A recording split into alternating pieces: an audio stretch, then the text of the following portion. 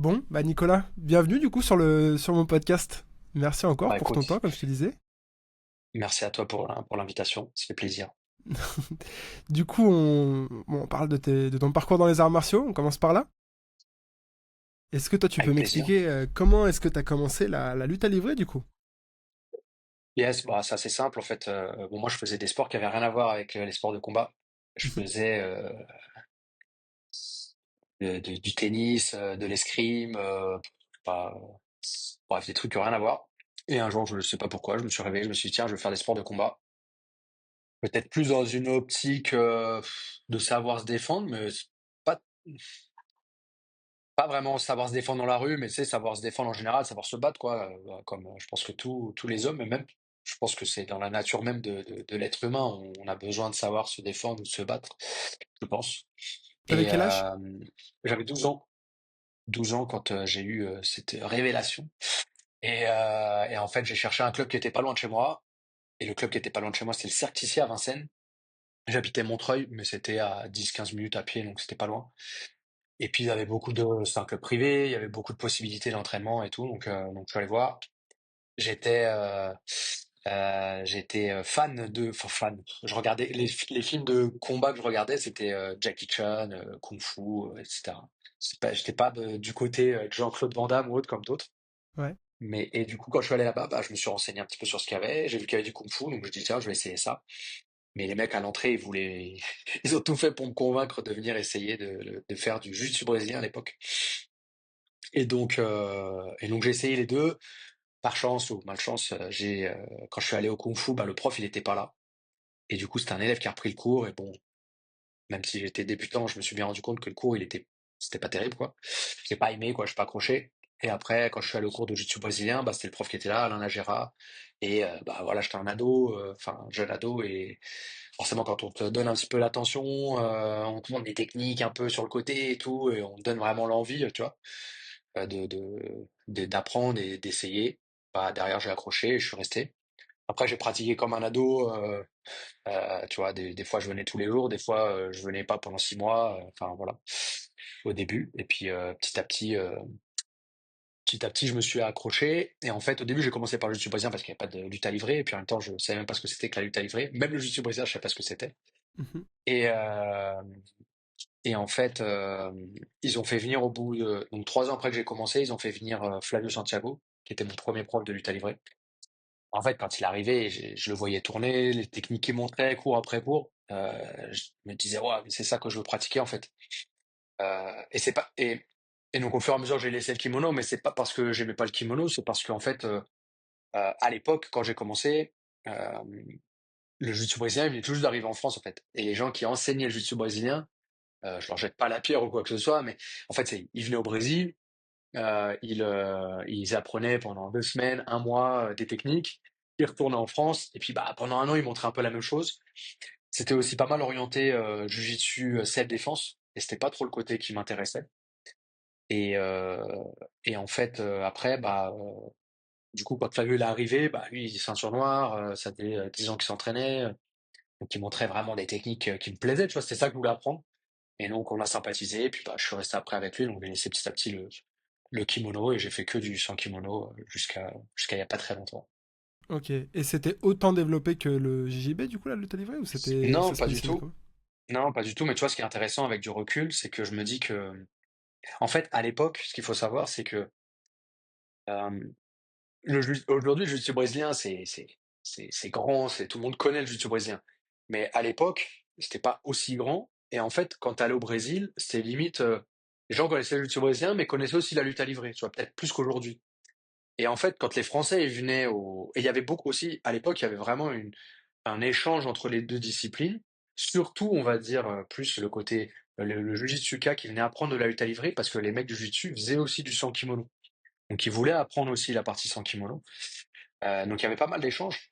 Et en fait, euh, quand les Français ils venaient là, bah, quand ils allaient dans les clubs, ils voyaient bien qu'il y avait et du kimono avec le jiu-jitsu brésilien et du sans kimono avec la lutte à livrer.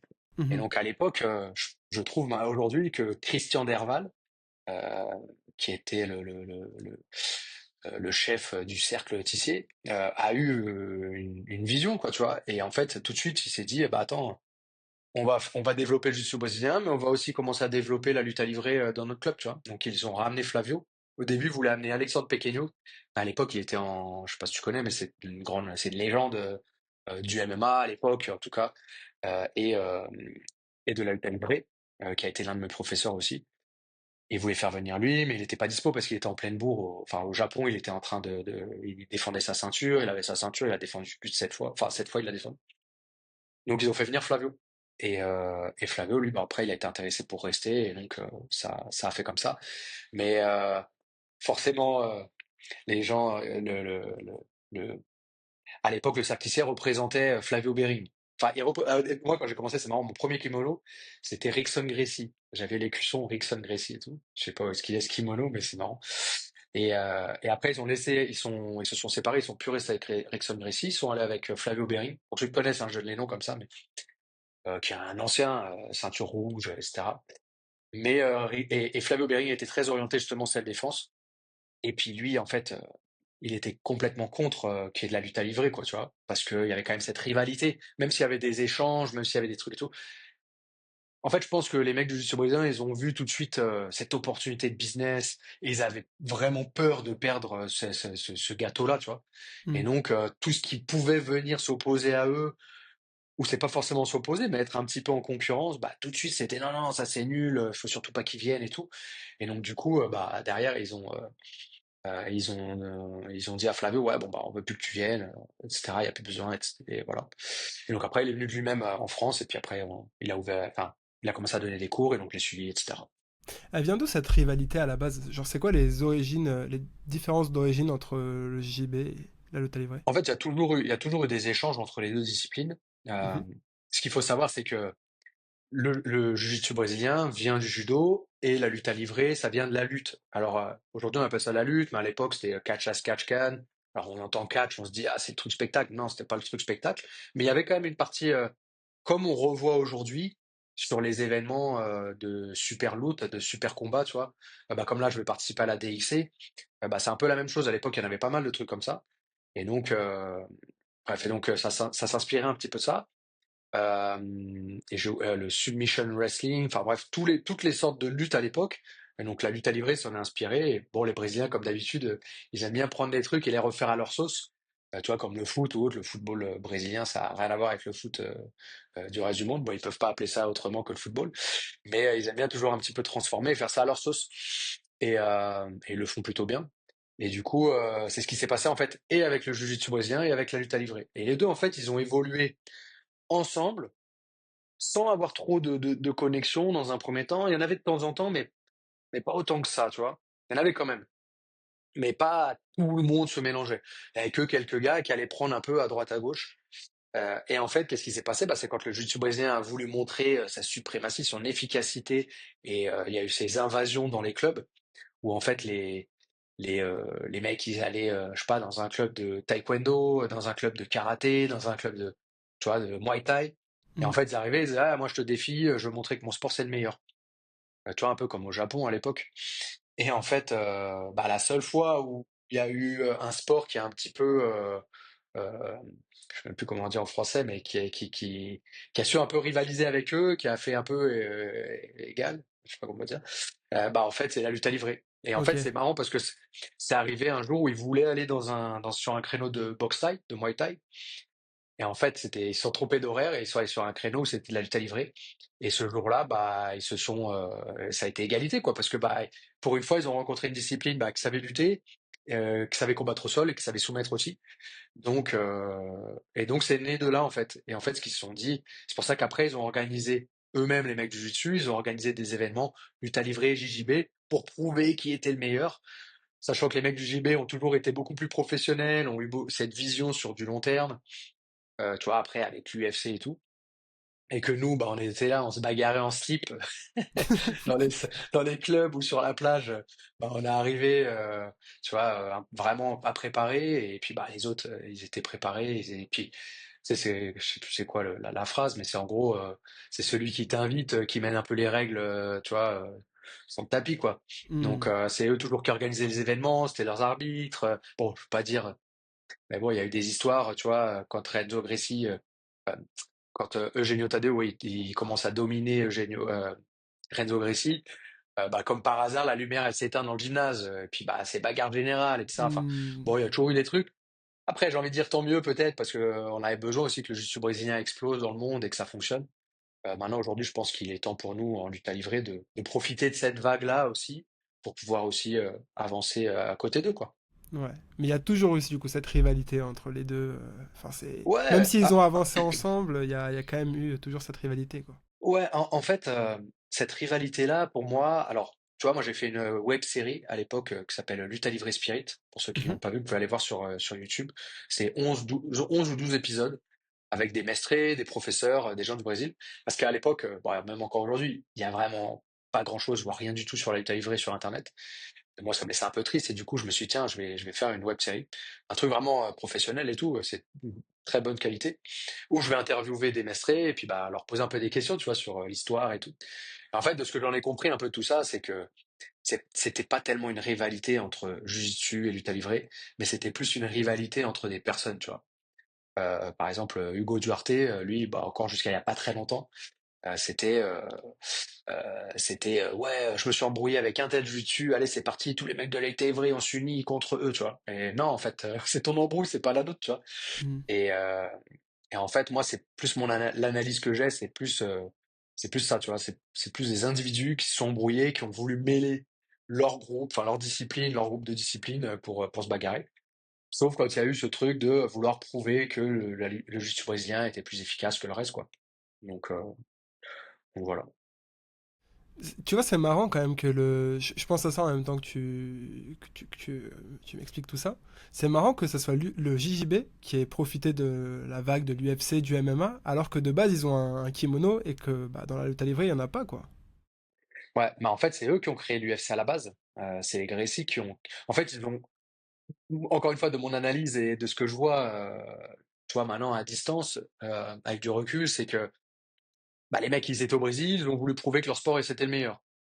Bon, bah, au début, tu peux le prouver. Bah, en fait, tu peux que le prouver en faisant, à l'époque, ce qu'ils appelaient du Vale Tudo, tu vois, tous Mm. les coups sont permis.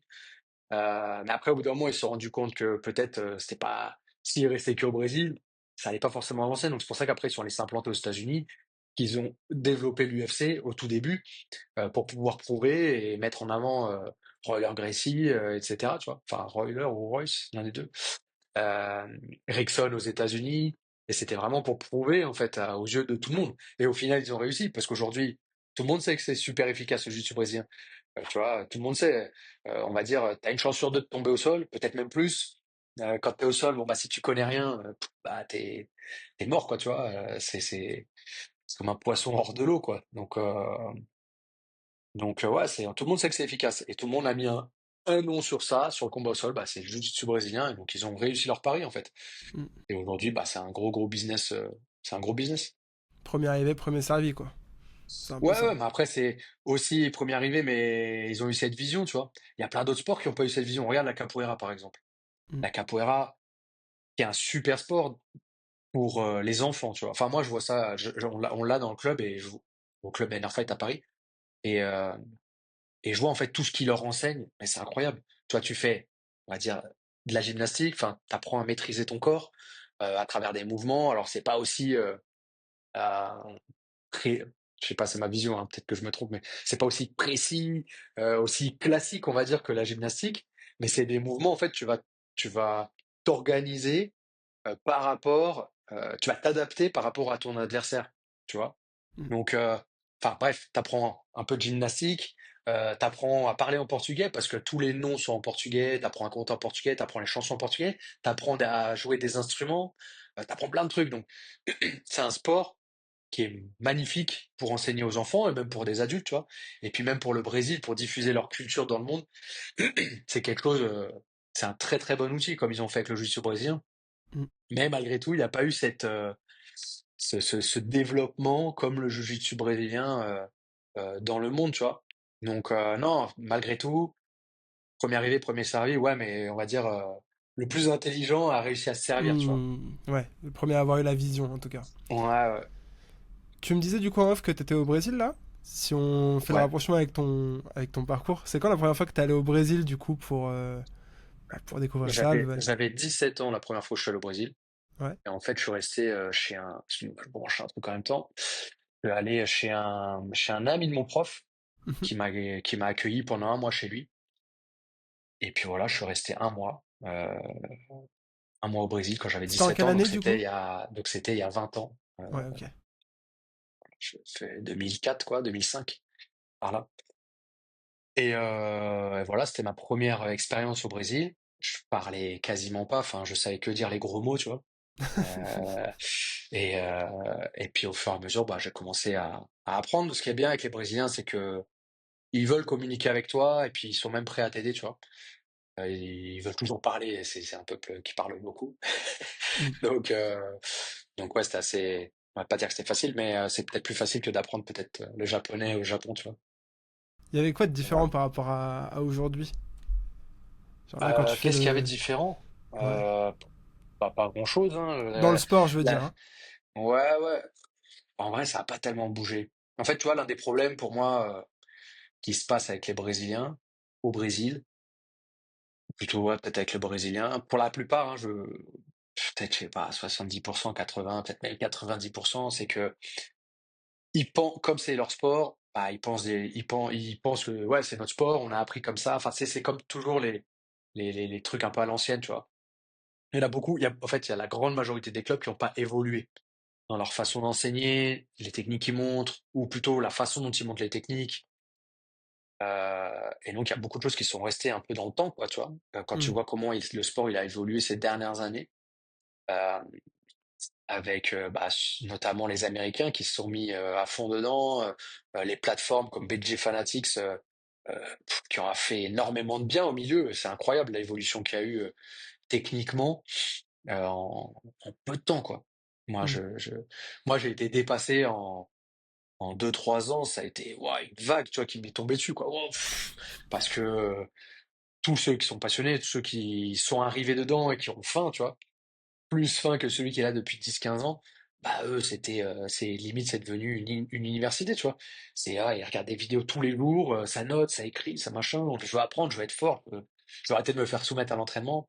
Hmm. Et donc, euh, Et donc ouais, malheureusement, il y a beaucoup de Brésiliens qui n'ont pas pris ce virage et ils n'ont pas vu ça encore.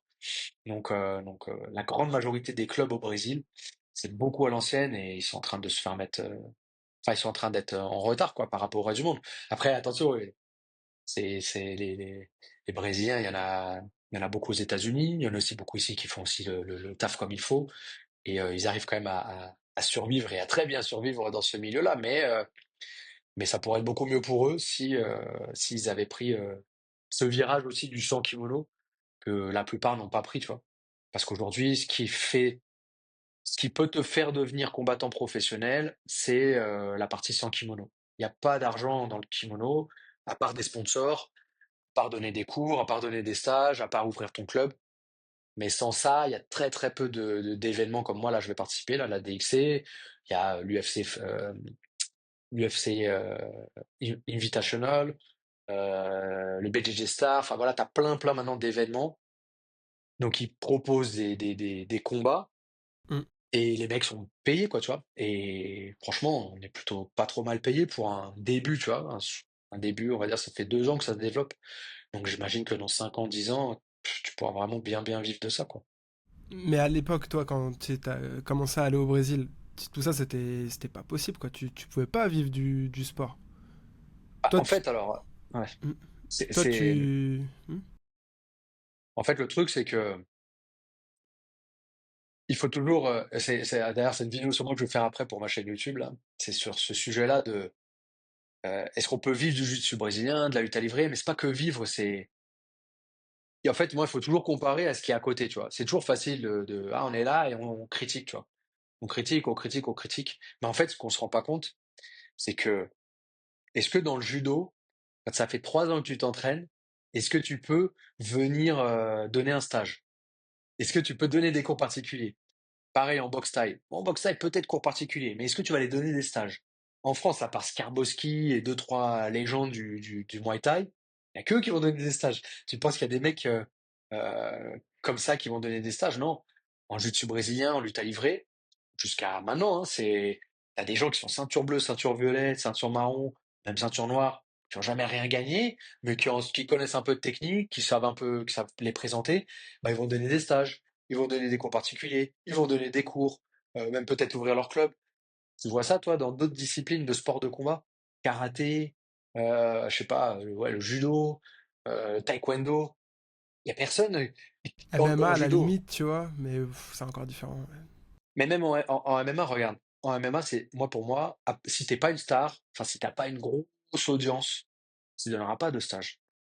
La plupart des mecs qui donnent des stages en MMA, c'est des mecs qui ont vraiment enfin, c'est pas autant, euh, c'est pas autant, il n'y a pas autant de personnes qui donnent des stages en MMA que des gens qui donnent des stages en jiu-jitsu brésilien ou en lutte à livrer, tu vois. Hmm. Mais j'ai C'est l'impression beaucoup plus qu'en tout courant. cas en France, j'ai l'impression qu'en MMA c'est plus facile de se créer une audience et donc du coup d'organiser des stages, même si t'es pas non plus un grand maître, tu vois. Je sais pas ce que t'en penses.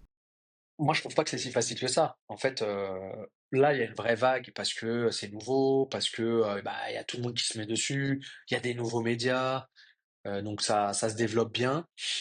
Facile, je sais pas ce que c'est que facile, mais on va dire que c'est plutôt accessible plutôt que facile, tu vois. Oui. Il y en a plein qui essaient, mais il y en a plein qui n'ont pas vraiment une grosse audience, tu vois. Hmm. Euh, et c'est pas facile parce que faut quand même des résultats. Ah, je sais pas, ouais. C'est possible, mais est-ce que tu gagnes de l'argent? Enfin, en fait, je pense que le MMA, c'est un autre modèle de business Hmm. plutôt que le jiu-jitsu brésilien ou la lutte à livrer. Tu vois, je pense que c'est plus le combattant. Enfin, il faut combattre, tu fais de l'argent en étant en combattant, ouais. Ou alors à travers les médias, tu vois. Genre, je vois Abdou, non, c'est pas Abdou, c'est bon, Boulox et Mickaël Lebou qui ont monté leur podcast qui fonctionne Hmm. bien. T'as Mind Fight, là, ou Mind, ouais, je crois que ça, Mind Fight, les Belges, là, qui ont monté leur média qui fonctionne bien. Enfin voilà, t'en as quelques-uns. Ouais, c'est nouveau. Pour l'instant, il n'y a pas encore des gros budgets qui sont là, des gros comme RMC, tu vois, qui arrivent et qui prennent tout le marché. Donc ouais, c'est possible. Puis après, en vrai, aujourd'hui, Internet a donné la possibilité à tout le monde. Donc je pense plus que c'est le fait d'Internet, tu vois, le développement des réseaux sociaux et tout, qui rend la chose accessible pour des gens du MMA. Mais je sais pas comment expliquer, tu vois, mais je pense pas, c'est pas le milieu qui a permis ça, mais c'est la montée des réseaux sociaux et puis l'UFC en général, qui est une grosse plateforme, qui a permis à des gens de pouvoir en vivre à travers peut-être les médias et ou combattre en quoi.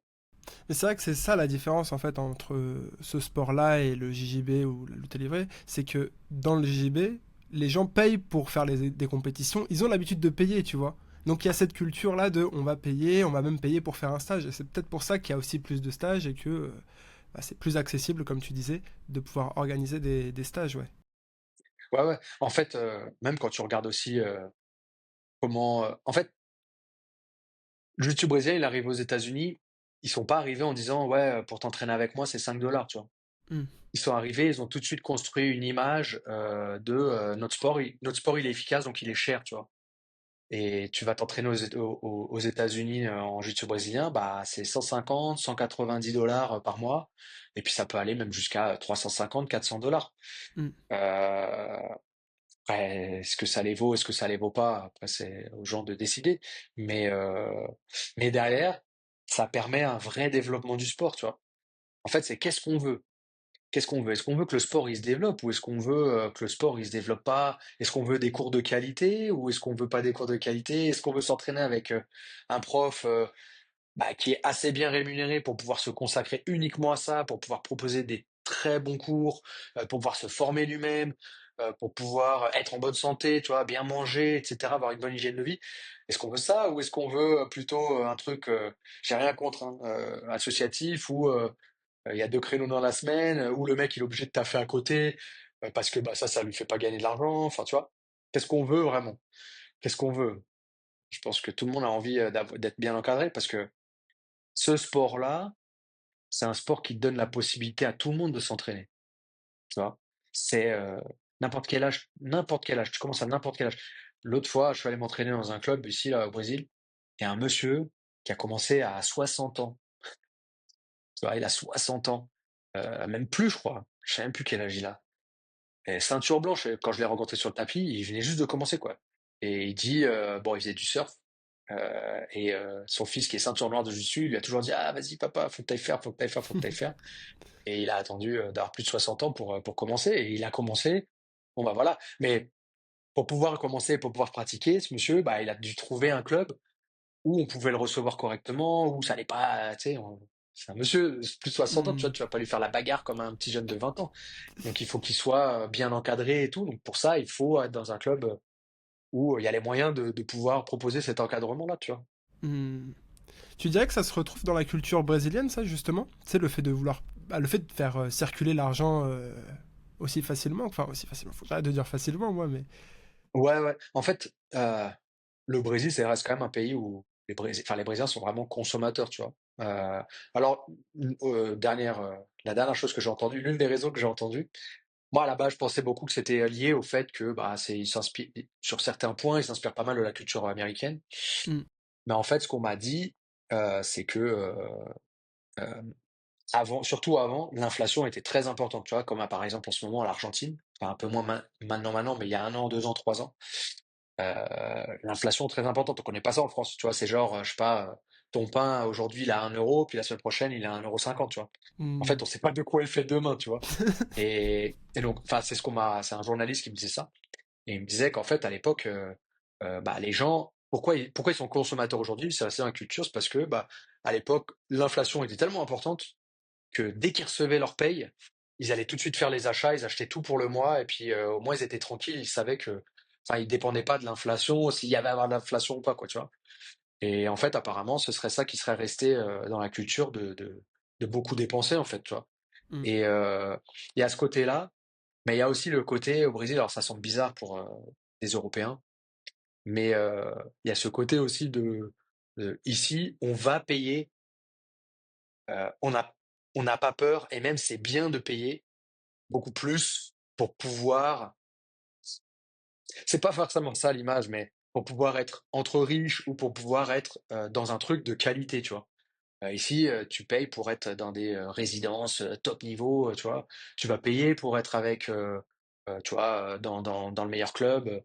Enfin, tu vois, la différence, c'est du simple au double, hein. Je sais pas, dans un club lambda, tu vas payer 40 € par mois. Puis dans un club haut de gamme, tu vas payer 100 € par mois. Et t'es au Brésil, hein. C'est des vrais chiffres que je te dis. Donc, euh, donc ouais, c'est dans la culture de devoir ouais, ça se paye en fait. Je sais pas si c'est exactement ça, mais ça se paye d'être que entre riches, tu vois. On veut Hmm. pas être avec des pauvres, quoi. Mais je suis pas bien sûr de cette analyse-là, hein, mais Ouais, mais en tout cas, c'est un petit l'argent peu ce que je circule ressens, plus, quoi. quoi. Hmm. Ouais, ouais, l'argent circule beaucoup plus ici, ouais, c'est sûr, Ouais. c'est sûr. Bah, de toute façon, après, la France, on est connu pour avoir cette culture de l'épargne, tout ça, de peut-être plus, comment dire, sur la réserve, ouais. Donc c'est. Mhm. Je sais pas si ça change pas, faudrait regarder des études. Je sais pas si ça change Hmm. pas un petit peu, tu vois. Moi, je le vois, même par rapport au club, tu vois, les gens hésitent pas à payer un peu plus. Ils prennent conscience que pour avoir de la qualité, bah, faut payer un peu plus. Par contre, le français, attention, il est très, très, mais c'est bien, hein, je trouve que c'est bien parce que bah, ça te force à proposer quelque chose de qualité. Mais si jamais il paye et que la qualité n'est pas là, il va te le faire savoir direct, tu vois. Hmm. Alors qu'au Brésil, bon, bah, le mec il paye, ouais, c'est pas grave, quoi. Tu vois, il va regarder peut-être d'autres choses, ou alors, ouais, je sais pas, il va pas se plaindre comme le français. Le français, ouais. Et puis en même temps, on est tellement habitué à la qualité, tu vois. En fait, bon, t'es plus en France aussi, donc tu te rends compte que, tu te rends compte que, je sais plus qui est-ce qui me disait ça. C'était un pasteur. C'est quoi? C'était un pasteur qui me prenait des cours particuliers pour son fils de 6 ans quand ils étaient en France, quand j'étais en France. Son fils de 6 ans. Et il me disait déjà, en fait, pour lui, c'est un investissement et c'est un cadeau pour lui pour quand il aura 18 ans. Hmm. Dans le sens où je lui offre ces connaissances-là. Et comme ça, quand il a 18 ans, bah, s'il veut travailler avec ça, il peut travailler avec ça. S'il veut pas travailler avec ça, il travaille pas avec ça. Il veut travailler avec autre chose, il n'y a pas de souci. Et je sais même plus où je voulais en venir par rapport à ça. Euh, de quoi, c'est quoi le sujet? Que la C'est ce France, que on est tu tellement disais. habitué à la Ah qualité. oui, Ouais. exact. Et du coup, ce qui me faisait remarquer, il me disait: «Mais regarde», enfin, on parlait un petit peu, la différence, la France, les États-Unis, et cetera. Et il me disait: «Mais regarde la qualité de vos produits dans vos boulangeries». En fait, nous, on se rend pas compte, on est français, on est né là-dedans, tu vois? Pour nous, c'est normal, tu vois? Une tarte aux pommes, machin. Mais quand tu voyages, quand tu vois dans les autres boulangeries dans le monde, Mm. la plupart du temps, comment c'est moche et souvent comment c'est pas bon, bah, tu te dis: «Waouh, mais en fait, la France, on est des artistes», tu vois? Franchement, on est des artistes. Mais il y a pas que ça, il y a plein de trucs, tu vois?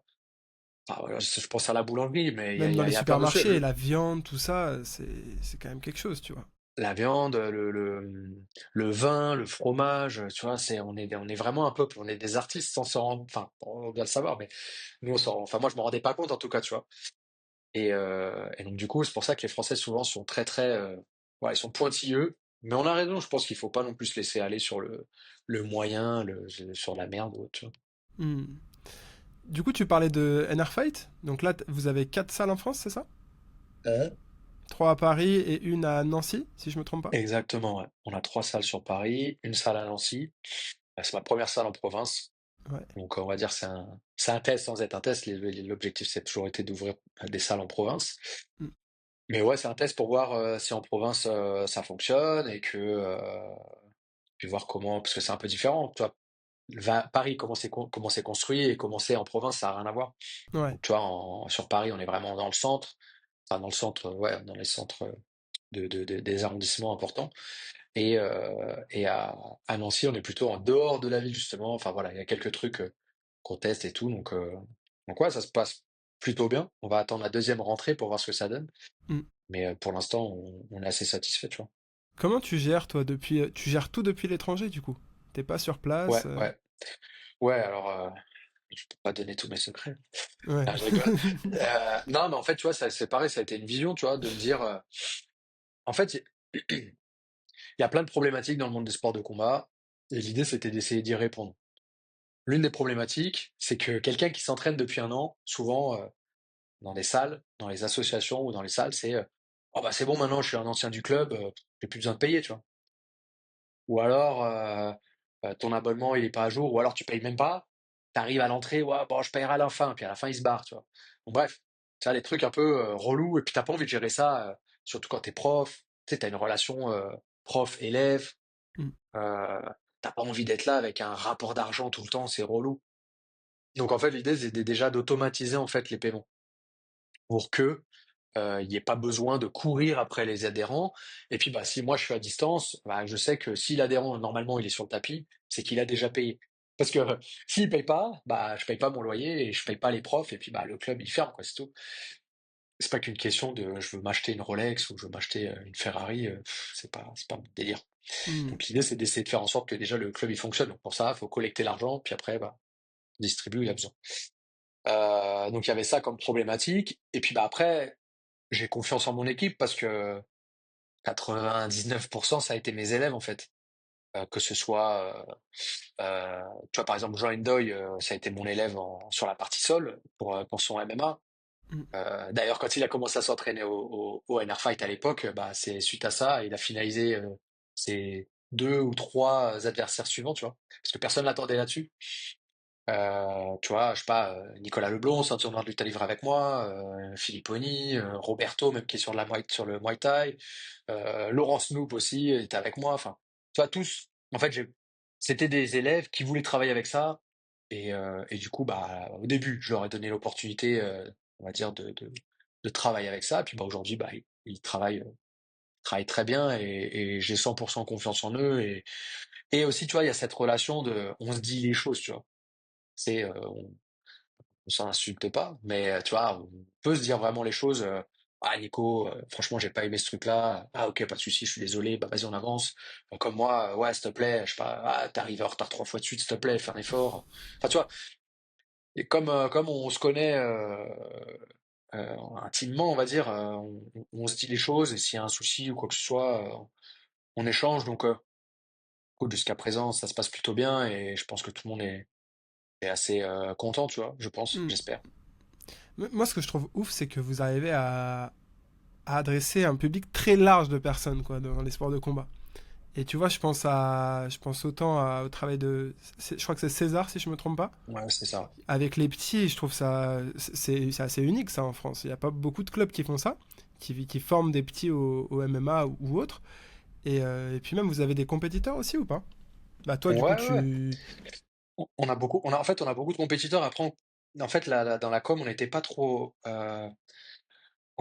orienté là-dessus. On voulait pas. En fait, j'avais pas envie de faire peur à Monsieur et Madame tout le monde, tu vois. Hmm, J'ai vraiment envie. En fait, moi, le projet avec Enerfight, c'est d'amener les sports de combat. C'est de rendre accessible la pratique des sports de combat à Monsieur et Madame tout le monde. mhm, Parce qu'en fait, qu'est-ce que moi je voyais à l'époque? C'était euh, soit t'es un bagarreur, soit tu viens pour faire du fitness. Tu vois? Et en fait, tu avais soit des clubs de bagarre, soit des clubs de fitness. Et moi, j'ai pas, moi, pour moi, j'ai envie d'enseigner enfin, j'ai envie de transmettre comme on m'a transmis. Parce qu'on m'a transmis vraiment les sports de combat, tu vois. On m'a transmis vraiment les bonnes techniques. On m'a pas transmis des techniques, je sais pas, de mytho ou de fitness ou autre. J'ai pas envie de ça, en fait. J'ai envie de transmettre vraiment les sports de combat et de le donner accessible, en fait, à tout le monde. Et, euh, et donc ça, c'est le projet NRFight. Et du coup, dans la com, j'avais plutôt fait un choix de plutôt rester sur ce côté-là, ludique, technique, et pas tellement compétition. Sauf que les groupes compétition, j'ai senti qu'ils étaient un petit peu déçus, tu vois, qu'on parle pas beaucoup d'eux, tu vois, parce que bah ouais, on fait quand même des bons résultats. On est souvent, quand on va sur des compétitions de grappling, on est régulièrement premier, ou en tout cas, on est dans les trois premières équipes.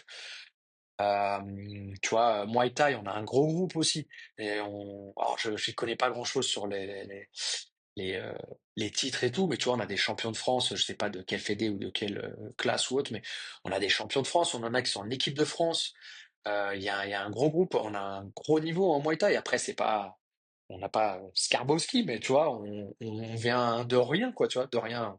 On a deux coachs motivés qui sont là, puis qui essaient de faire monter le truc, et ça monte bien. Ils font souvent des compétitions, il y a un bon groupe, ils sont soudés, ça se bagarre, tu vois, donc c'est cool.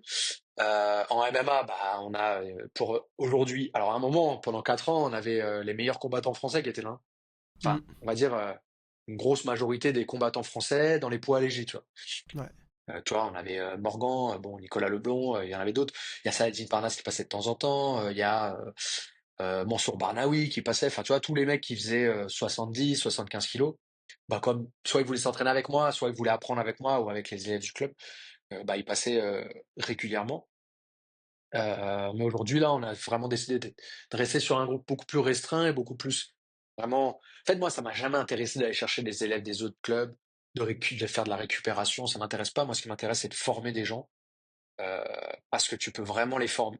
Parce que souvent, en fait, ce que les professeurs ils oublient, c'est de former, c'est d'éduquer leurs élèves. Tu vois, euh, dans le MMA, il y a des gens, c'est ah mais moi je suis connu, je veux pas payer le club, tu vois.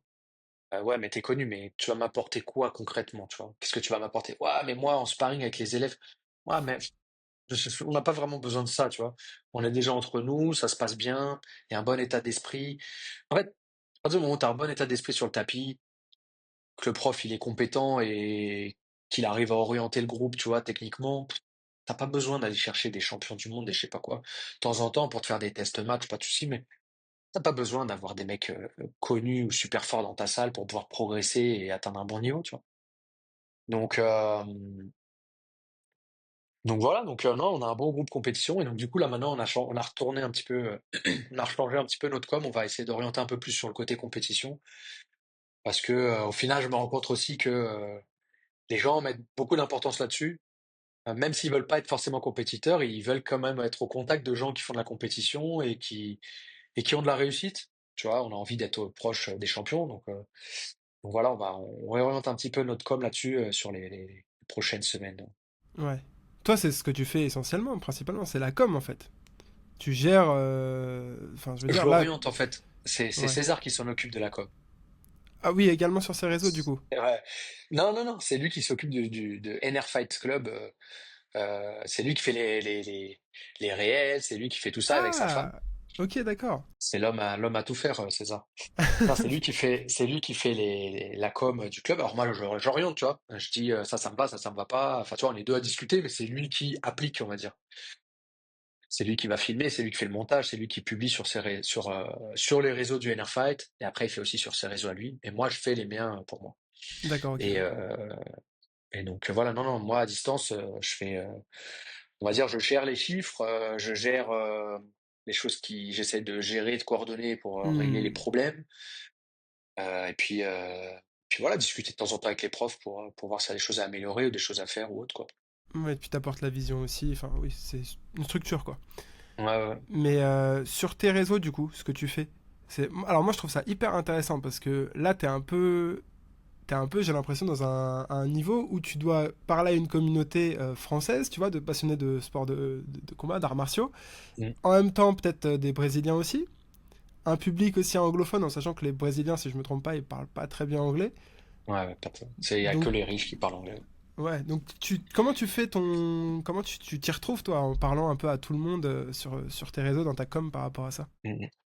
En plus, une chose, quand je dis que les riches, c'est parce que au Brésil, les gens ils parlent comme ça, donc je sais qu'en France, c'est peut être Oui. choquant ou autre, mais ici, c'est un peu le discours, donc ça choque, désolé. Du coup, ouais, en fait, ma problématique, justement, t'as tout dit, c'est que moi, mon public, est européen, français, cette fois, ça me fait ça, et, euh, et, euh, et brésilien, et américain, et espagnol. En fait, enfin, espagnol, comment on dit, Amérique plus. hispanophone, Hispanique? Hispanique? ouais, c'est pas des gens d'Espagne, c'est des gens qui parlent espagnol. Ouais. Ah, je sais plus comment on dit. Et Hispanique, non? Je, hispanique peut-être. je sais plus. Je pense pas, je pense que c'est plus hispanophone ou quelque chose comme ça. Ouais, ok. Bon, bref, Ouais. les gens nous diront dans les commentaires. Euh, et en fait, et donc, au début, c'était ma problématique, parce que au début, c'était essentiellement un peu de Brésiliens, 30% peut-être de Français, et un peu d'Américains. Mhm. Et donc, je me suis dit, ouais, mais comment je vais faire et tout. Donc, bah, j'ai trouvé ce format-là où j'ai pas besoin de parler, Mhm. et où je montre les techniques, et où j'essaie de montrer les détails et tout. Enfin, les gens, ils peuvent apprendre des choses. Et en fait, bah, ça a bien marché. Et aujourd'hui, sur 150 followers sur Instagram, bah, j'ai 30% de Brésiliens, Mhm. j'ai 10% seulement de Français, et j'ai peut-être 5% d'Américains, et tout le reste, c'est bah, des gens qui parlent espagnol. Tu vois, donc des Mexicains, des Péruviens, des Argentins. J'ai beaucoup d'Amérique latine, de latinos qui me suivent. Euh, et voilà. Et donc, ouais, non, c'est cool. Ça se passe bien. Il faudrait que j'en fasse un peu plus. Il faudra que j'arrive à créer un peu plus de contenu parce que franchement, je pourrais arriver facilement. Enfin, en fait, si j'en faisais tous les jours comme ça, là, des techniques, Mhm. je pourrais arriver, je pense, facilement à 300, à 400. En fait, euh, tu vois, je me suis un peu formé là-dessus parce que c'est pas ma génération, les réseaux sociaux. Et tu vois, bah, forcément, avec le Covid, on se pose des questions, on se dit, bon, ouais, il faudra peut-être un petit peu utiliser ce moyen-là d'aller chercher une nouvelle audience, puis d'atteindre en fait, c'est pas forcément, faire de l'argent, faire je sais pas quoi, mais c'est transmettre et de Ouais. faire connaître sa discipline à un plus large, à plus de monde et faire transmettre son message, tu vois. Et du coup, bah, je me suis pas mal renseigné. Et en fait, dans un des trucs que j'ai lu, il disait qu'en fait, les 2 pays dans le monde qui étaient le plus friands de réseaux sociaux et dans lesquels c'était le plus facile, on va dire, de se développer, bah, c'est le Brésil et c'est l'Inde. Mhm. Et en fait, tu vois, par exemple, au Brésil, bah, on va dire que c'est «facile» entre guillemets d'arriver à 1 million de followers, quoi. En Mhm. France, pour arriver à 1 million de followers, ouf, faut bosser, quoi, tu vois? C'est vraiment pas facile. Et tu vois, par exemple, en France, des Français dans le jiu-jitsu brésilien, qui sont un peu connus ou qui proposent un peu de contenu, bah, c'est difficile d'arriver à plus de 100 000 followers, quoi, juste en France, tu vois? Sauf si tu fais un truc vraiment public extra large, mais la plupart, on est quand même dans des trucs un peu plus spécifiques, vraiment pour le combat au sol. Et du coup, ouais, c'est la plupart, ils sont à 10 000, 20 000, 30 000. Bon, quelques-uns qui proposent des trucs un peu plus en mode jeune, tu vois, ça peut être peut-être 70 000, mais c'est très difficile d'arriver au-dessus de 100 000, quoi, en France. Mais est-ce que du coup le public autre que français, tu vois, donc du Brésil et de l'Amérique du Sud, est autant passionné par les arts martiaux, il regarde autant. Enfin, je sais pas si tu as réussi à analyser ça, mais s'ils sont ouais, aussi passionnés par ce que tu proposes, par la technique, etc. Ou c'est En plus sur le fait, côté divertissement, tu vois. ouais, en fait, déjà de un, les Brésiliens sont beaucoup plus, ils ont compris comment ça fonctionne les réseaux sociaux, quoi, tu vois? Ils te mettent un like direct, ils te mettent un commentaire. Waouh, en France, pour avoir un commentaire, laisse tomber, il faut, je sais pas, il faut être très clivant, tu vois. Il faut insulter quelqu'un, il faut manger du caca, tu vois. Et là, tu vas manger des commentaires. Mais sinon, pour avoir un commentaire, même des gens qui m'aiment bien, mes élèves ou autres, ouais, ils mettent jamais un commentaire. Même un like, je pense qu'ils le mettent pas, tu vois. Et pourtant, ils aiment beaucoup. Enfin, je pense qu'ils aiment bien mon contenu, tu vois. Quand je vais les voir en France et tout, ah, j'ai appris des choses, ah, j'aime bien, franchement, continue et tout, c'est cool. Donc, j'ai j'ai des bons retours. Puis bon, moi, j'ai des bons retours aussi, on va dire financièrement ou dans les choses que je propose. Tu vois, je vois bien que les gens ils consomment un peu plus mon contenu, ils viennent plus sur mes stages en France ou aux États ou au Brésil. Mm. Donc, je pense que c'est normal. Tu vois, mon travail sur Internet va, va, va, va aller là-dessus, quoi. Ouais. Et donc, mais les Brésiliens, ouais, c'est des consommateurs. Enfin, c'est des gens, ils vont liker, ils vont commenter, ils vont partager. Mm. Et aussi, bah forcément, hein, je sais pas combien c'est de millions d'habitants au Brésil. Bon, j'ai déjà regardé, mais j'ai oublié. Comparé en France, bah ça a rien à voir. Donc forcément, il y a ça. Plus, bah ici, tout le monde connaît l'UFC, tout le monde connaît le jiu-jitsu brésilien. Il y en a beaucoup. La plupart, ils ont déjà essayé, ils ont déjà pratiqué. Donc, ouais, les gens connaissent. Enfin, tu vois, je suis en train de faire. En fait, ma problématique, pour être totalement transparent, c'est que j'ai du mal à me développer sur les réseaux pour la France. Tu vois, ma chaîne YouTube, ça traîne, tu vois. Après, on va pas se plaindre, ça C'est évolue déjà quand bien, même, hein. Ouais. mais ça, ouais, mais en fait, qu'est-ce qui s'est passé? Ouais, en fait, je sais pas si tu connais Fouad Esbiri. Mm. C'est De Lyon, ouais. un YouTuber, ouais, de Lyon, ouais. Ouais. Et donc on se connaît parce qu'il venait sur mes stages en lutte à livrer, il est gradé en lutte à livrer et tout. Enfin, en vrai, on se connaît un peu tous, tu vois. Grégotte aussi, qui a sa chaîne sur YouTube, bon, Morgan et tout. Donc moi, quand j'ai commencé à m'intéresser aux réseaux sociaux, tout de suite, je suis allé voir les gens qui sont dedans, tu vois. Je leur ai dit, ouais, bah vas-y, explique-moi, tu vois, comment ça fonctionne, c'est quoi ce truc-là? Ils comprennent rien, pourquoi ça marche pas, pourquoi. Et donc en fait, tu vois, dans cette discussion avec Fouad, il m'a dit, mais Nico, moi je sais pas ce que t'as foutu en fait. Il me dit, t'as été l'un des premiers à publier, à mettre des vidéos sur YouTube, et ça m'a même inspiré pour le faire moi-même, tu vois. Et donc, en fait, moi, j'ai pas eu cette vision. J'étais tellement focus dans ma carrière et dans le fait que je voulais faire fonctionner le club que j'ai pas vu cette opportunité, tu vois, d'Internet. Et quand je revois, j'ai publié mes premières vidéos, c'était il y a 14 ans, tu vois, en 2010, 2009. Je mettais mes premières vidéos, tu vois. Et c'est dommage parce que si j'avais continué aujourd'hui, ce serait pas mal. Mm. Mais, ouais, en fait, ma chaîne, j'ai beaucoup d'abonnés parce que ma chaîne, elle est vieille, tu vois, elle a plus de 10 ans Ancienne, ouais. et que j'ai beaucoup de vidéos, donc forcément, il y a des gens qui s'abonnent au fur et à mesure. Mais quand tu vois le nombre de vues, ça pourrait être mieux, je pense, parce que franchement, j'essaie d'apporter quand même de la qualité. Je me prends pas la tête sur le montage, sur l'édition, enfin, tu vois. À tort ou à raison, j'en sais rien, mais ouais, j'ai envie, voilà. Je transmets, ceux qui ont envie d'apprendre, ils apprennent. Mm. Et puis voilà quoi. Mais c'est vrai que quand je vois ma chaîne YouTube brésilienne que j'essaye un petit peu de mettre de contenu dessus, dès que je trouve le bon angle, tu vois, de discussion ou de technique ou le bon titre ouah, ça marche tout de suite, tu vois. Ça pète, ouais. Bah ouais, ça a rien à voir. Donc, le truc c'est que ouais, faudra que je vois comment me développer au Brésil. J'ai vu que sur. Alors, je sais plus où est-ce que c'était, mais que t'avais. Tu partageais peut-être en story sur Instagram un contenu de formation qui était à la base en anglais ou en portugais, qui avait été traduit par de l'IA. Ouais, ça c'est bgfanatics.fr. Ouais. En fait, donc j'ai commencé à travailler avec eux. C'était un tout petit peu avant le Covid, je crois 2018 ou 2019. Donc j'ai commencé à proposer des vidéos sur leur plateforme aux États-Unis, donc en anglais. Et après, je leur ai proposé s'ils avaient besoin de filmer des gens en Europe pour eux. Donc j'ai commencé à en filmer. Après, je suis allé au Brésil, j'ai déménagé au Brésil, donc ils m'ont demandé de continuer à filmer pour eux au Brésil. Et en fait, après, ils m'ont proposé de monter un site en français, pour les Français, avec des Français, donc d'une plateforme avec des vidéos en ligne, quoi.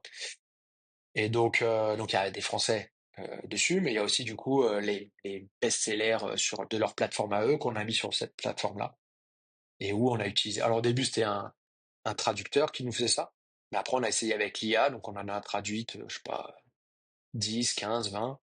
euh, et donc voilà, on a utilisé l'IA pour ça. Bon, c'est pas, surtout que c'était dans les débuts, donc c'est pas le top du top, mais franchement, ça se regarde normalement. Et si t'as Ouais. vraiment envie d'apprendre, si tu veux apprendre avec John Danner, que tu parles pas du tout anglais, bah tu regardes la vidéo, tu comprends ce qu'il dit, tu comprends l'idée et tu peux apprendre, il y a aucun problème, quoi. Voilà, après, c'est sûr que des fois il y a des termes, je sais pas, le collar tie, tu vois, c'est un contrôle en lutte. Donc collar, tie, la cravate, donc il va dire cravate, tu vois. Hmm.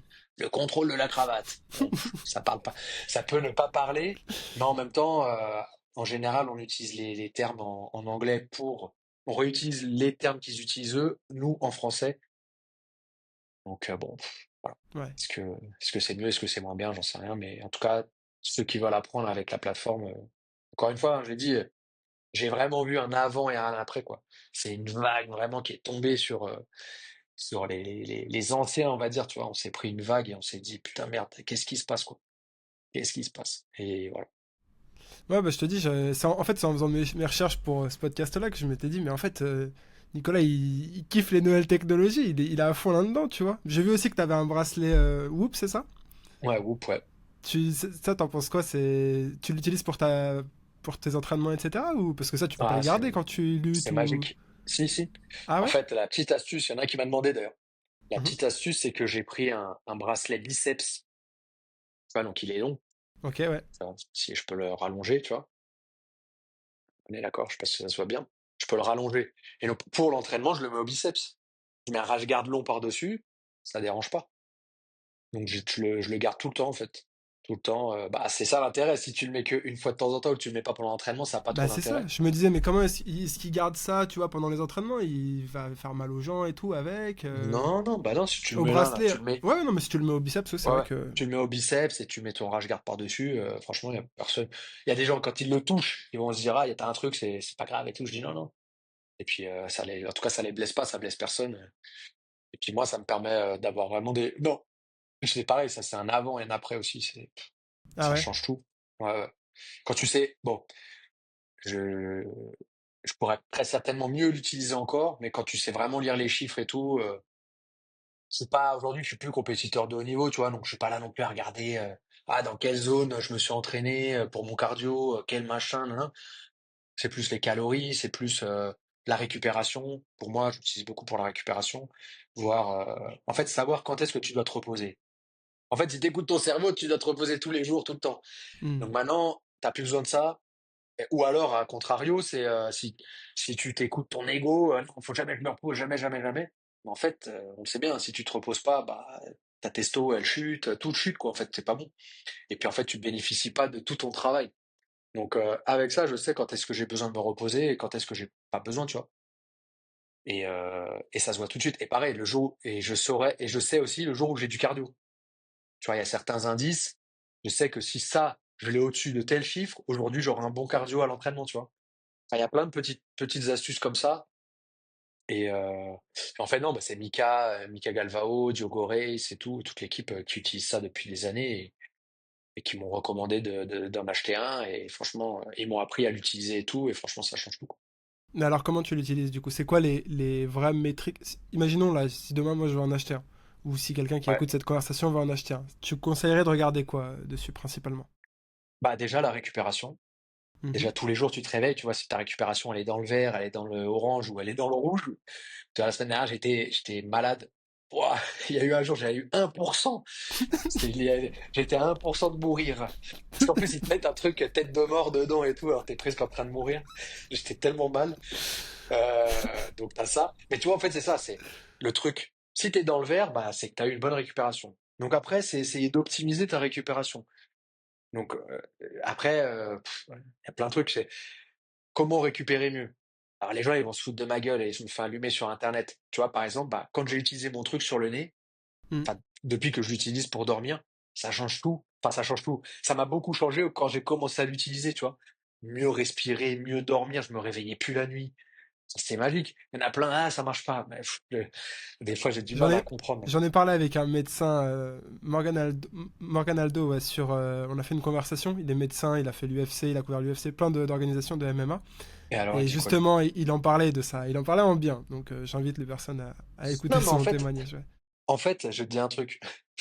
Les gens, ils peuvent en parler en bien, en mal. En Toi, fait, il y si a ça te rien. convient. Non, déjà d'un, si toi tu sens que ça te fait un effet, une différence, à chaque fois ça me fait le pouce. Si ça te fait un changement, tu vois, ça t'apporte quelque chose de bien. Top. Mais en plus de ça, c'est physique en fait. C'est un pansement que tu colles sur le nez. Il y a des bouts de plastique à l'intérieur. Alors je sais, c'est pas très écolo. Il faudrait essayer de trouver un produit qui soit un peu plus écolo. Euh, et en fait, ça t'ouvre les narines. C'est simple. Respire en fermant un peu ton nez et respire quand ton nez il est ouvert. Wow, ça n'a rien à voir. Bah, c'est tout, c'est juste ça. Et les gens, ils sont là, ouais, c'est de l'arnaque. Non, mais ça me fatigue, les gens. J'ai envie de les. Il y en a un, là, je suis en train de parler avec lui. Il y a une pub qui tourne avec moi, là, sur Instagram, et il y a un mec qui a commenté et tout. Il est en train de me dire que je suis un arnaqueur, là. Donc, bon, je me stresse pas, hein, j'aime bien toujours discuter et voir jusqu'où ça va aller. Hmm. Il me dit, essaie de te le mettre sur le huc pour voir si ça va te l'écarter, blablabla. Enfin, tu vois, des trucs sympas, donc ça me fait rire. Mais en fait, voilà, puis, en fait, essaye, quoi, tu vois. Moi, en fait, je voyais des mecs l'utiliser. Hmm. Et les mecs, ils disaient, ouais, parce qu'en fait, j'ai du mal à respirer, mon nez, il est un peu dévié et tout. Et en fait, j'ai fait, bon, je fais un an de MMA, rien de, j'étais pas à Khabib, hein. Mais, et en fait, à force de me prendre des coups, bah, tu vois, mon nez, en plus, il est pas petit. Donc, mon nez, il est un peu dévié, ça se voit peut-être même un petit peu, tu vois, il est un petit peu dévié. Ce qui veut dire que j'ai une narine où je respire quasiment pas. Forcément, si tu respires pas bien pendant l'entraînement, bah, t'amènes pas d'oxygène à tes muscles, à ton cerveau, ton corps, il est mal oxygéné. Donc, s'il est mal oxygéné, bah, ton cardio, je l'ai vu, moi, je l'ai vu. Les fois où je l'ai, les fois où je l'ai pas, ça n'a rien à voir. Et tous les gens qui ont testé à côté de moi, où j'ai vu qu'ils l'ont bien posé, pas ici, à côté de l'œil, tu vois. Là, ici, pour ouvrir les narines, tous ils m'ont dit, moi, je dis, mais Nico, hier encore, un mec qui me dit, ouais, moi, j'ai ma cloison, je sais pas quoi, blabla. Je lui dis, tiens, essaye ça. Il a essayé, il m'a dit, mais ça change tout, je peux m'entraîner, je suis pas fatigué. Enfin, c'est pas la même fatigue, ou elle arrive pas aussi vite, tu vois. Hmm. Hein, bref. Donc, bref, je reviens sur le Whoop. Ça m'énerve des fois les gens qui parlent, mais tu sais, qui n'ont pas essayé. C'est comme les gens qui parlent de la lutte à livrer souvent, qui vont te parler de la lutte à livrer ou, tu sais, j'ai une vidéo sur internet où je parle des 10 différences entre le jiu-jitsu brésilien et la lutte à livrer. Ouais. Il y en a plein, mais c'est pas vrai, mais c'est ci, mais c'est ça. Les mecs, je leur demande, mais t'es déjà allé dans un club de lutte à livrer? Non, mais non, bah alors ferme ta gueule. T'es jamais allé dans un club de lutte à livrer. Moi, je pense que je suis l'un des mecs qui s'est entraîné dans le plus de clubs de lutte à livrer et dans le plus de clubs de jiu-jitsu brésilien dans le monde. Et peut-être même dans les meilleurs clubs. Donc, qu'est-ce que tu viens me parler quand toi, tu t'es entraîné que dans ton association, en province, enfin, peu importe où? Viens pas me parler. Viens pas me parler. Ça fait 20 ans que je pratique, 20 ans que je m'intéresse à ce sport, que je suis passionné, plus de 20 ans, même 25 ans. Viens pas me parler. Bref, Hmm. parenthèse fermée. Euh, et du Il coup, fallait le dire, il fallait le dire. ouais, fallait dire, non, mais je vais faire des vidéos un peu là-dessus aussi parce que faut dire un peu les choses aussi, quoi, c'est important. Mais, euh, mais ouais, le Whoop, du coup, bah, la récupération, et en fait, ça te sert à savoir ce qui marche et ce qui marche pas pour toi. Tu vois, par exemple, bah, je me suis rendu compte que je mangeais pas assez. Donc, ma nutritionniste, là, elle m'a vachement augmenté et ça a tout changé aussi. Du jour au lendemain, ma récupération, elle avait rien à voir. Pareil, faire attention à l'hydratation, faire attention à ton sommeil, faire attention, enfin, tous ces trucs-là. Et en fait, si tu t'intéresses et tu regardes tous les jours les chiffres, bah, au bout d'un moment, tu vas comprendre ce qui marche. Enfin, en vrai, ce qui marche pour moi, ça marche pour tout le monde, hein. C'est juste, c'est toi savoir comment tu vas le rajouter dans ton planning ou comment tu vas le rajouter dans ta journée, comment tu vas te l'organiser et comment faire, quoi. Ok. Du coup, tu as ça. Et après, tu as j'ai pas le terme là, mais je crois que c'est la variation de la fréquence cardiaque Pendant que tu qui dors, est ouais. super, super important, ouais. Non, pas, c'est pas que quand tu dors, je crois. Je crois que c'est tout le temps, toute la journée. Mais ça te la sort quand tu dors. Alors quand tu te réveilles, ça te la met. Bon, je sais pas, bref, t'as peut-être raison. Mais ça te la met, et du coup, ça, c'est ça mon indicateur pour savoir si je vais avoir du cardio aujourd'hui ou pas, tu vois. Si je suis à 40, je sais que niveau cardio, je vais me fatiguer vite. Mais dès que je suis au-dessus de 60, mon cardio, il est beaucoup mieux, tu vois. Je vais fatiguer moins vite. Il y a plein de petites astuces comme ça. Mais en vrai, le plus important, je pense que c'est vraiment la récupération, en fait. Tu vois, de savoir, dès que je vois, dès que je bois de l'alcool, bon, j'en bois de moins en moins. J'en buvais déjà pas beaucoup, mais j'en bois de moins en moins, tu vois. Mais dès que je bois un verre de vin ou un verre de machin, bah, ma récupération n'a rien à voir. Tu vois, en plus, j'ai encore plus testé pendant les vacances où je m'entraînais pas comme je m'entraîne là. Tu vois, 3 fois 3 heures, 3, 4 heures par jour, tous les jours. C'est difficile d'avoir une vraie bonne récupération avec ça, tu vois. Donc, tu essaies d'optimiser au maximum, mais c'est difficile. Par contre, quand tu es en vacances, tu t'entraînes une petite heure par-ci, une petite heure par-là, tu as le soleil, tu peux te coucher quand tu veux, tu te lèves quand tu veux. Ça n'a rien à voir. Donc là, tu peux faire vraiment tes tests pour voir s'il y a des trucs qui jouent. Et j'ai fait le test avec l'alcool. Ça n'a rien à voir. Ta récupération, tout de suite, elle chute un peu, tu vois. Donc voilà, c'est plein de choses comme ça. Ok. Bon, bah écoute, hein, juste peut-être pour finir, du coup, là, tu prépares une compétition, tu dis, ouais, tu. C'est pour ça que tu Ouais, t'entraînes autant?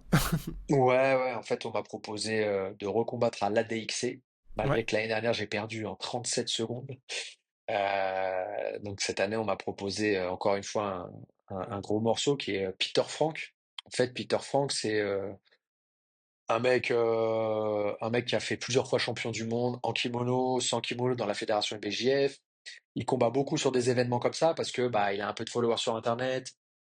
Les gens ils le kiffent au Brésil. Et puis bon, c'est le mec quand il combat, il essaie de soumettre à tout prix. Il fait un peu le guignol, tu vois. Et donc les gens ils aiment bien ça et forcément les organisateurs d'événements bah ils l'appellent pour combattre sur leur événement. Et donc comme ça à Paris, bah, ils avaient besoin d'un Français qui a à peu près le même âge que lui, à peu près le même niveau, ou pas très loin, tu vois. Et du coup, ils ont fait appel à moi et c'est le 19 avril. Donc ouais, je m'entraîne pour cet événement-là. Avant ça, je vais faire 2 compètes pour me mettre un peu dans le rythme des compétitions. Euh, et puis voilà, ce sera à l'Institut national du judo à Paris. Ok.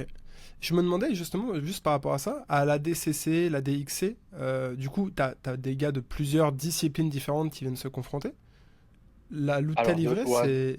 Ouais, de excuse-moi, moins vas-y. en moins. Ouais, de moins en moins. À l'époque, ouais, à la DCC, t'avais vraiment des gens de partout. C'était un peu aussi pareil l'idée de savoir qui est le meilleur en combat au sol. Ouais, Et aujourd'hui, clairement, bah, de toute façon, faut gagner les sélections ou alors faut être appelé, invité. Pour être invité, faut gagner dans des. Tu vois, faut être champion du monde ou faut montrer que tu vaux de la place, quoi. Enfin, tu peux prendre la place. ouais. Mais et la DXC, maintenant, bah là, cette année, j'ai l'impression qu'ils ont un peu changé aussi leur politique. L'année dernière, les 2, 3 premières années, ils ont beaucoup misé sur des formats combattants de MMA face à un mec du sol. Tu vois, peut-être pour faire connaître l'événement, je sais pas, leur stratégie. Mais là, sur cet événement-là, il y a pas je crois pas qu'il y ait du tout de mecs du MMA qui sont là. Alors peut-être qu'il y en aura, mais pour l'instant, il y en a pas qui ont été annoncés. Donc ils ont très certainement dû changer leur stratégie de com, ou voilà. Donc Ok. ça a changé, ouais. Et à l'époque, du coup, quand t'as commencé, toi, parce qu'il faut rappeler quand même que t'as été 6 fois titré à la DCC, c'est ça? Alors j'ai pas été titré, j'ai participé 6 fois à la DCC. 6 fois, Ça ouais. veut dire que j'ai gagné 4 fois les sélections européennes Ouais. et j'ai été invité 2 fois. Donc D'accord, ça ok. veut dire, normalement, tu es dans les 16 meilleurs mondiaux, on va dire. Ouais. Même si c'est discutable, mais on peut le comprendre comme ça. Et ouais, à l'époque, enfin, c'est même avant moi, en fait, à ma génération avant, c'était là où ils invitaient des mecs de la lutte, ils invitaient des mecs du sambo, ils invitaient des mecs de vraiment d'autres disciplines que le jiu-jitsu brésilien ou de la lutte à livrer. Et ils combattaient du coup à Abu Dhabi pour être champion de la DCC, quoi. Il y avait Mais, un sport, une discipline qui sortait du lot sur toutes ou pas? À bah oui, l'époque? c'est le jiu-jitsu brésilien. Hmm. Jiu-jitsu brésilien parce que, comme j'ai dit, tu vois, c'est. En fait, jiu-jitsu brésilien, ils ont tellement de compétitions. Tous les week-ends, t'as des compétitions. Donc déjà, comparé à la lutte à livrer, où bah, aujourd'hui, déjà, c'est déjà mieux. C'est t'en as une peut-être par mois ou une tous les 2 mois. Bah eux, ils peuvent combattre tous les week-ends, tu vois. Donc déjà, au niveau de l'expérience, ça n'a rien à voir. C'est un sport qui est énormément. Enfin, les règles sont complexes et, et ouais, je pense que ça développe, tu vois. euh, des facultés chez les combattants de réflexion bien spécifiques pendant le combat. Enfin, tu vois, ça les rend, je trouve en tout cas, enfin, ils arrivent à être stratégiques, tu vois. Dès qu'ils rencontrent quelqu'un d'un peu mieux, bah, ils vont réussir à lire comment aborder le combat pour avoir plus de chances de gagner, tu vois. Et puis bah, dès le début, ça a été professionnel, tu vois. Enfin, c'est professionnel. Ils ont vu une opportunité de vivre du sport de combat, tu vois. Donc, ils s'entraînent différemment de mecs de la lutte à livrer ou autre. Et puis bon, bah, un mec qui est bon en lutte, ok, mais nous, on a le droit de s'asseoir. Donc, ça veut dire que le mec, il peut être champion de lutte. Bon, bah, tu vas t'asseoir et puis bon, bah, il va pas passer ta garde. Donc, tu vas essayer de l'attaquer, tu vas essayer de le soumettre, tu vas essayer de lui prendre le dos, tu vas essayer, enfin, tu vois, c'est difficile pour un mec de la lutte, même si on n'est pas content quand on prend un mec de la lutte parce qu'on sait que ça va être un combat, quoi qu'il arrive, ça va être très très difficile. C'est des mecs qui sont très durs, qui sont très athlétiques, etc. Mais techniquement, ils ont pas les techniques pour savoir passer une garde, pour pouvoir peut-être finaliser ou autre, tu vois. Mm. Même si ça change de plus en plus aujourd'hui, mais c'est quand même plus difficile pour eux. Ok, très clair. Bah écoute, Nico, merci beaucoup en tout cas pour ton temps. Comment on peut rediriger les personnes qui ont écouté cette conversation vers toi? Bah NRFight du ouais, coup? ouais, Instagram, Instagram, il y a NRFight, il y a Nicolas Renier, et puis sur YouTube, il y a la chaîne NRFight by Nicolas Renier, donc vous pouvez me suivre ou nous suivre là-bas, si ça Je vous mettrai, intéresse. je mettrai tout en description. Super, Ah, merci beaucoup. c'est moi qui te remercie.